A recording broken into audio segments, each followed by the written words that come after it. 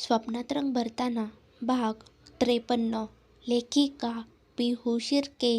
शब्दसखी. त्याची काही गरज नाही काका. 3 महिन्यांपूर्वीच माझ्या बाबांनी जयपूरमध्ये हॉटेलसाठी हवेली खरेदी केली आहे, तर आपण तीच वापरू शकतो.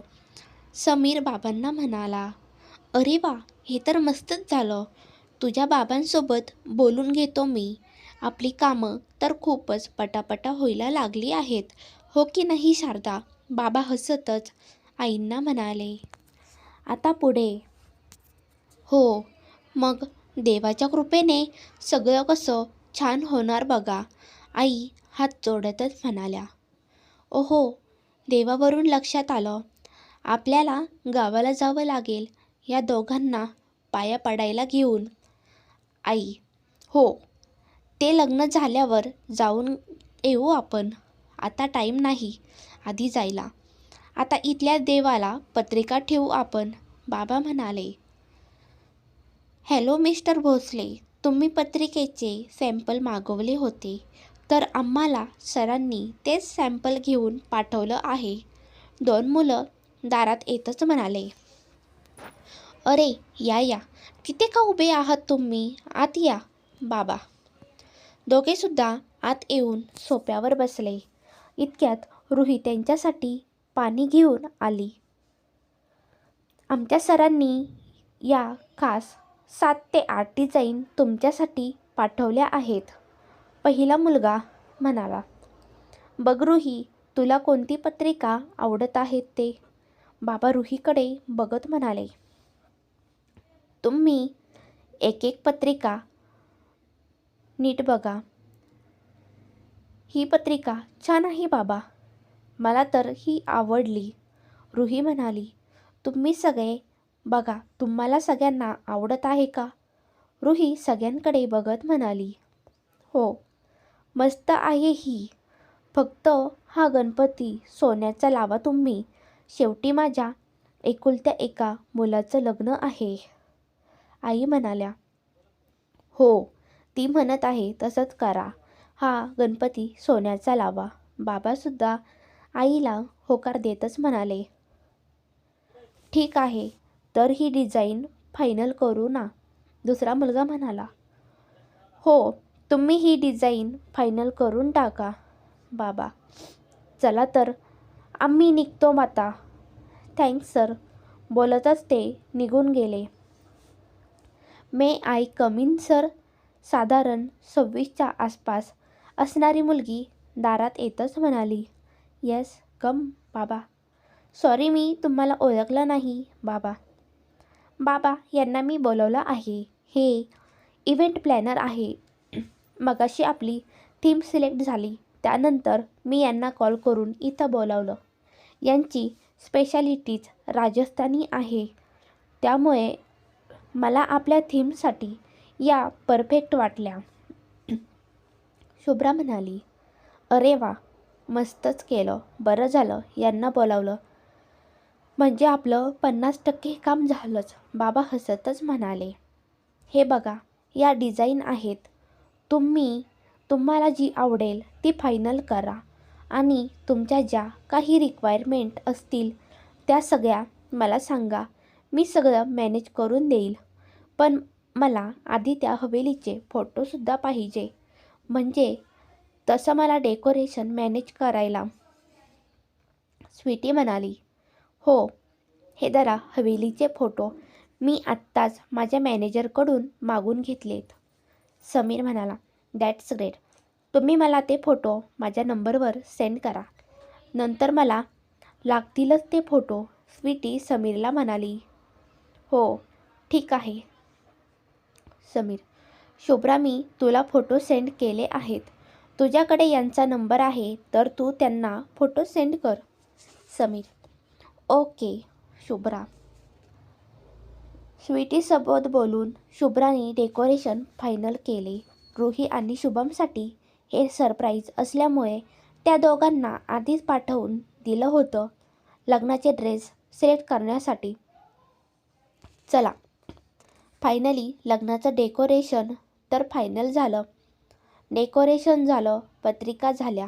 आता हे दोघं लग्नाचे त्यांचे ड्रेस पण फायनल करून येतील. मग सगळंच काम झालं. अभिदा, तुझा तो मित्र आहे बघ, कोरिओग्राफर, त्याला एक कॉल करशील? आपल्याला संगीतसाठी डान्स नको का ठेवायला? शुभ्रा अभिला म्हणाली. मी आणि साक्षी, आमच्या दोघांची जोडी. तू कोणासोबत डान्स करणार आहे शुभ्रा? अभि मुद्दामून शुभ्राला म्हणाला. मी सोलो डान्स ठेवणार आहे शुभ्रा. मग समीर, तुझं काय? तू पण सोलोच ठेवणार का? अभि. पण बघा, माझ्याकडे एक आयडिया आहे, साक्षी म्हणाली. बोल ना मग अभि. शुभ्राला पार्टनर नाही आणि समीरला सुद्धा पार्टनर नाही. मग या दोघांचा कपल डान्स ठेवला तर? साक्षी.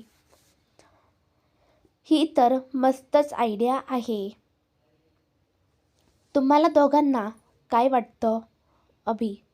शुभ्राला जर काही प्रॉब्लेम नसेल तर मला चालेल तिच्यासोबत डान्स करायला, समीर म्हणाला.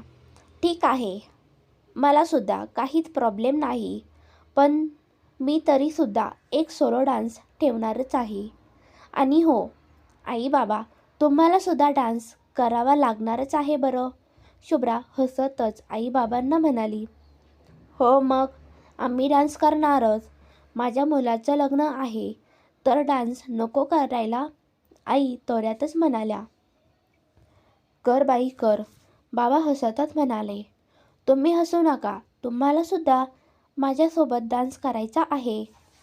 आई बाबांना बोट दाखवत म्हणाल्या. आणि हो, आम्ही पण करणारच आहोत तुमच्यासोबत डान्स. संजय सरपोतदार म्हणजे समीरचे वडील दारातच येत म्हणाले. अरे संजू, तू खूप दिवसांनी आलास. बाबा जवळ जात मिठी मारत म्हणाले. हो मग आता तुम्ही इथे सगळे बसून पोराच्या लग्नाचा प्लॅनिंग करत आहात तर मला यावंच लागणार नाही? तुझा मुलगा तो माझा पण मुलगाच ना, संजय हसतच म्हणाले. तुम्ही दोघे एकत्र आलात तर मला विसरले का? मागून शेखर येतच म्हणाले. अरे शेखर, तू तर इथे नव्हतास ना. खूप छान वाटलं तुला भेटून. जवळजवळ 4 ते 5 वर्षांनी तू इथे आला आहेस. मिठी मारतच बाबा म्हणाले. बाबा कधी आलात तुम्ही? मला सांगितलं सुद्धा नाही. अभि बाबांना मिठी मारत म्हणाला. मला इथे येऊन 15 दिवस होत आले. तो तुझ्या मित्रांसोबत पिकनिकला गेला होतास, त्यामुळे मी तुला काही सांगितलं नाही. जर मी तुला सांगितलं असतं तर तू तुझी पिकनिक सोडून आला असतास.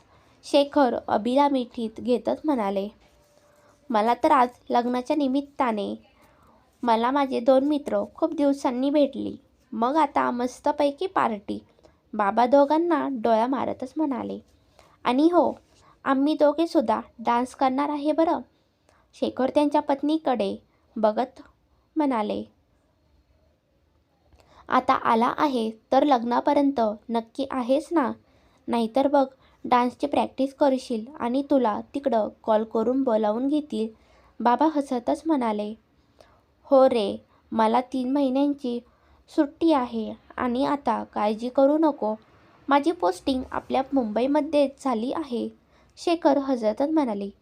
अरे वा, म्हणजे आता मुंबईला शेखरसारखा IPS ऑफिसर भेटणार. म्हणजे इथली गुन्हेगारी तर संपलीच म्हणायची आता. संजय हसतच शेखरला म्हणाले. अगं बाई, ही शुभ्राच ना, किती गोड दिसत आहेस. लहान होतीस तेव्हा बघितली होती, अशी गोलूमोलू होतीस, पण आता बघ किती भारी दिसत आहेस तू. कुणाची नजर नको लागायला तुला. बोलतच लता काकूंनी शुभ्राच्या कानामागे काजळाचा टिळा लावला. शुभ्रा मात्र त्यांच्याकडे आश्चर्याने बघत होती, कारण तिने त्यांना ओळखलंच नव्हतं. अगं असं का बघत आहेस? ओळखलं नाही का मला? मी लता काकू, समीरची मम्मी. लहान असताना तर लता लता करत माझ्या मागे लागायची. लता काकू हसतच म्हणाल्या. शुभ्रा लगेच लता काकूंच्या पाया पडली. सॉरी काकू, मी ओळखलं नव्हतं. खूप दिवसांनी बघितलं ना तुम्हाला. काही सॉरी नको बोलू. खूप दिवसानंतर बघितल्यावर कशी ओळखणार तुम्हाला? लता काकू म्हणाल्या. बरं मग आपले नवरा नवरी कुठे गेलेत? मंगलताई घरात बघत म्हणाल्या. अहो काकू, आम्हाला डेकोरेशन फायनल करायचं होतं, त्यामुळे आम्ही त्यांना लग्नाचे ड्रेस सिलेक्ट करायला पाठवलं आहे. शुभ्रा म्हणाली. मग काय सुनबाई, तुम्हाला आम्हाला भेटायचं नाही का? शेखर साक्षीकडे बघत म्हणाले. साक्षी मात्र त्यांच्याकडे भूत बघितल्यासारखं बघत होती. अशा भूत बघितल्यासारखं काय बघत आहात? माहीत आहे आम्हाला सगळंच, आणि आम्ही सून म्हणून स्वीकारलं आहे तुम्हाला कधीच, शेखर हसतच म्हणाले. शेखर असं बोलताच साक्षी जाऊन त्यांच्या पाया पडली. थँक्स बाबा. खुश रहा, खुश रहा, शेखर हसतच म्हणाले. तर इकडे दुकानामध्ये रुही आणि शुभमने त्यांच्या लग्नाची शॉपिंग केली होती. तुला अजून काही घ्यायचं असेल तर घेऊन टाक. तुला नक्की आवडले आहेत ना? सगळं नसेल आवडलं तर आत्ताच सांग. शुभम म्हणाला. सगळं खूप छान आहे, आवडलं मला सगळं. रुही म्हणाली. चला जायचं का घरी? सगळे वाट बघत असतील. रुही. कोणी आपली वाट बघत नसणार. आपण आता डिनर करूनच जाऊ. शुभम गाडी सुरू करतच म्हणाला. क्रमशः लग्नाची धामधूम सुरू झाली आहे. हवेली, डेकोरेशन, पत्रिका सगळं एकदम राजस्थानी थाटात. आनंद, हसू, भेटीगाठी आणि गोड क्षणांनी वातावरण भरून गेलंय. रुही, शुभम शॉपिंगमध्ये, तर घरी सगळेजण तयारीत व्यस्त. आता फक्त त्यांच्या सुंदर क्षणांची वाट पाहणं बाकी. स्टोरी आवडली असल्यास लाईक, शेअर आणि सबस्क्राईब करा. धन्यवाद.